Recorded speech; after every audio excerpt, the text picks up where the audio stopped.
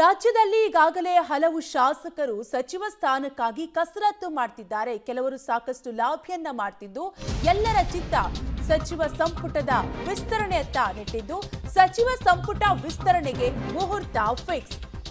CM ಮತ್ತು ಮಾಜಿ ಸಿಎಂಗೆ ಹೈಕಮಾಂಡ್ ತುರ್ತು ಬುಲಾವನ್ನ ನೀಡಿದ್ದು ನಾಳೆ ದೆಹಲಿಗೆ ಸಿಎಂ ಡಿಕೆ ಶಿವಕುಮಾರ್, ಮಾಜಿ ಸಿಎಂ ಸಿದ್ದರಾಮಯ್ಯ ಹೋಗಲಿದ್ದಾರೆ.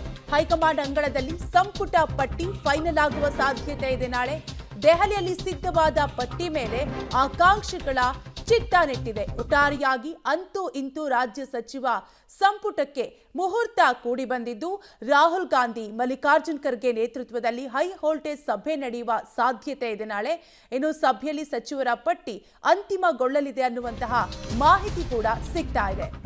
ಇದೇ ಜುಲೈ 25ಕ್ಕೆ ಸಚಿವ ಸಂಪುಟ ವಿಸ್ತರಣೆ ಬಹುತೇಕ ಫಿಕ್ಸ್. ಬಾಗಲಕೋಟೆಯಲ್ಲಿ ಸಚಿವ ರಾಮಲಿಂಗಾರೆಡ್ಡಿ ಪ್ರತಿಕ್ರಿಯೆಯನ್ನ ನೀಡಿದ್ದಾರೆ. ಸಚಿವ ಸಂಪುಟ ವಿಸ್ತರಣೆ ವಿಚಾರಕ್ಕೆ ಸಂಬಂಧಪಟ್ಟಂತೆ ಸಚಿವ ಸಂಪುಟ ಪುನಾರಚನೆ ಅಂದ್ರೆ ಕಗ್ಗಂಟು ಇದ್ದೇ ಇರುತ್ತದೆ. ಆಕಾಂಕ್ಷಿಗಳು ಜಾಸ್ತಿ ಅಲ್ವಾ, ಸಹಜವಾಗಿ ಕಗ್ಗಂಟು ಇರುತ್ತೆ ಅಂತ ಪ್ರತಿಕ್ರಿಯೆಯನ್ನ ನೀಡಿದ್ದು ನಾಳೆ ಸಿಎಂ ದೆಹಲಿಗೆ ಪ್ರಯಾಣವನ್ನ ಬೆಳೆಸ್ತಿದ್ದು ಜುಲೈ 25ಕ್ಕೆ ಪುನಾರಚನೆ. ಹಿರಿಯರಿಗೂ ಹಾಗೂ ಹೊಸಬರಿಗೂ ಸಂಪುಟದಲ್ಲಿ ಚಾನ್ಸ್ ಸಿಗುವ ಸಾಧ್ಯತೆ ಇದ್ದು ಒಟ್ಟಾರೆಯಾಗಿ ಹೈಕಮಾಂಡ್ ಸಚಿವ ಸಂಪುಟ ವಿಸ್ತರಣೆ ವಿಚಾರಕ್ಕೆ ಸಂಬಂಧಪಟ್ಟಂತೆ ನಾಳೆ ಹೈ ವೋಲ್ಟೇಜ್ ಸಭೆ ನಡೆಯಲಿದೆ.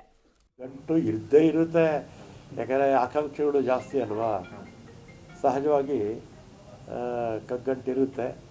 ಅದಕ್ಕೆಲ್ಲದಕ್ಕೂ ಪರಿಹಾರ ಇದೆಯಲ್ಲ. ನಾಳೆ ಹೋಗ್ತಾ ಇದ್ದಾರೆ ಅನ್ಸುತ್ತೆ ಸಿಎಂ, 25ಕ್ಕೆ ಆಗ್ಬೋದು. ಜಾತಿಯ ಬಗ್ಗೆ ಮಾತಾಡೋದೇ ಇಲ್ಲ, ಅದ್ರ ಬಗ್ಗೆನೇ ಮಾತಾಡಲ್ಲ. ನೀವು ಕೇಳಬೇಡಿ. ಡೀಟೇಲ್ಸ್ ಕೊಡ್ತಾರೆ ನಮ್ಮ ಪ್ರತಿನಿಧಿ ಮಸೂದ್, ದೂರವಾಣಿ ಸಂಪರ್ಕದಲ್ಲಿ ಕನೆಕ್ಟ್ ಆಗಿದ್ದಾರೆ. ಮಸೂದ್, ನಾಳೆಯೇ ಸಚಿವರ ಪಟ್ಟಿ ಫೈನಲ್ ಆಗುತ್ತಾ? ಹೈಕಮಾಂಡ್ ಲೆಕ್ಕಾಚಾರ ಏನು ಅಂತ?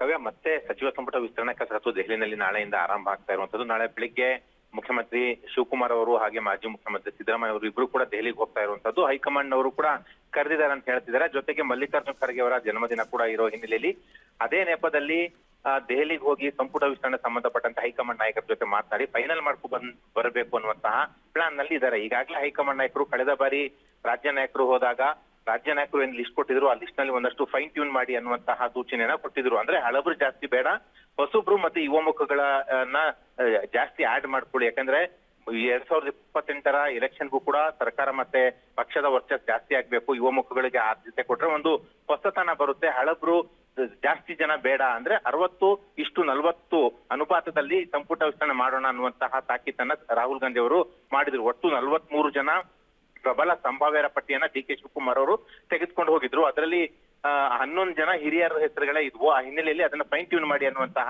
ಸೂಚನೆಯನ್ನ ಕೊಟ್ಟಿದ್ರು. ವಾಪಸ್ ಬಂದಂತಹ ಶಿವಕುಮಾರ್ ಅವರು ಮೊನ್ನೆ ಎಐಸಿಸಿ ಅಧ್ಯಕ್ಷ ಮಲ್ಲಿಕಾರ್ಜುನ್ ಖರ್ಗೆ ಅವರನ್ನು ಕೂಡ ಬೆಂಗಳೂರಿನಲ್ಲಿ ಭೇಟಿ ಮಾಡಿ ಈ ಒಂದು ಚರ್ಚೆ ಮಾಡಿರುವಂತದ್ದು. ಆ ಹಿನ್ನೆಲೆಯಲ್ಲಿ ಯಾರ್ಯಾರನ್ನ ಹಿರಿಯರನ್ನ ತೆಗಿಬೇಕು ಅನ್ನುವಂತಹ ಹೊಣೆಗಾರಿಕೆಯನ್ನ ಖರ್ಗೆ ಅವರ ಮೇಲೆ ಮುಖ್ಯಮಂತ್ರಿಗಳು ಹಾಕಿದ್ದಾರೆ. ಆ ಹಿನ್ನೆಲೆಯಲ್ಲಿ ನಾಳೆ ಹೋದಾಗ ಲಿಸ್ಟ್ ಈಗಾಗಲೇ ಫೈನ್ ಟ್ಯೂನ್ ಆಗಿರುತ್ತೆ. ಆ ಲಿಸ್ಟ್ ಅನ್ನ ಮತ್ತೆ ರಾಹುಲ್ ಗಾಂಧಿ ಅವರು ಸಬ್ಮಿಟ್ ಮಾಡಿ ಫೈನಲ್ ಮಾಡುವ ಸಾಧ್ಯತೆ ಇದೆ. ಆದ್ರೆ ರಾಹುಲ್ ಗಾಂಧಿ ಅವರು ಮತ್ತೇನು ಸೂಚನೆ ಕೊಡ್ತಾರೆ ಕಾದ್ ನೋಡ್ಬೇಕು. 2ನೇ ಪಟ್ಟಿಗೆ ರಾಹುಲ್ ಗಾಂಧಿ ಅವರು ಒಪ್ಕೊಳ್ತಾರ ಇಲ್ವಾ ಅನ್ನೋದು ಕೂಡ ಕಾದ್ ನೋಡ್ಬೇಕು. ಒಟ್ಟು 20 ಸ್ಥಾನಗಳನ್ನ ಭರ್ತಿ ಮಾಡ್ಕೋಬೇಕಾಗಿದೆ. 20 ಸ್ಥಾನಗಳಿಗೆ 20 ಸ್ಥಾನಗಳನ್ನು ತುಂಬಿಕೊಳ್ತಾರೋ ಅಥವಾ ಸಂಭಾವ್ಯ ಏನಾದ್ರೆ ಬಂಡಾಯ ಬಂದ್ರೆ ಅದನ್ನೇ ಶಮನ ಮಾಡೋ ನಿಟ್ಟಿನಲ್ಲಿ 2 ಅಥವಾ 3 ಸ್ಥಾನ ಖಾಲಿ ಉಳಿಸ್ಕೊಂಡು ಮಾಡ್ತಾರೋ ಕಾದ್ ನೋಡ್ಬೇಕು. ಒಟ್ಟಾರೆಯಾಗಿ ನಾಳೆ ಮತ್ತೆ ನಾಡಿದ್ದು 2 ದಿನವೂ ಕೂಡ ದೆಹಲಿನಲ್ಲಿ ಹೈ ವೋಲ್ಟೇಜ್ ಸಭೆ ನಡೀತಾ ಇದೆ.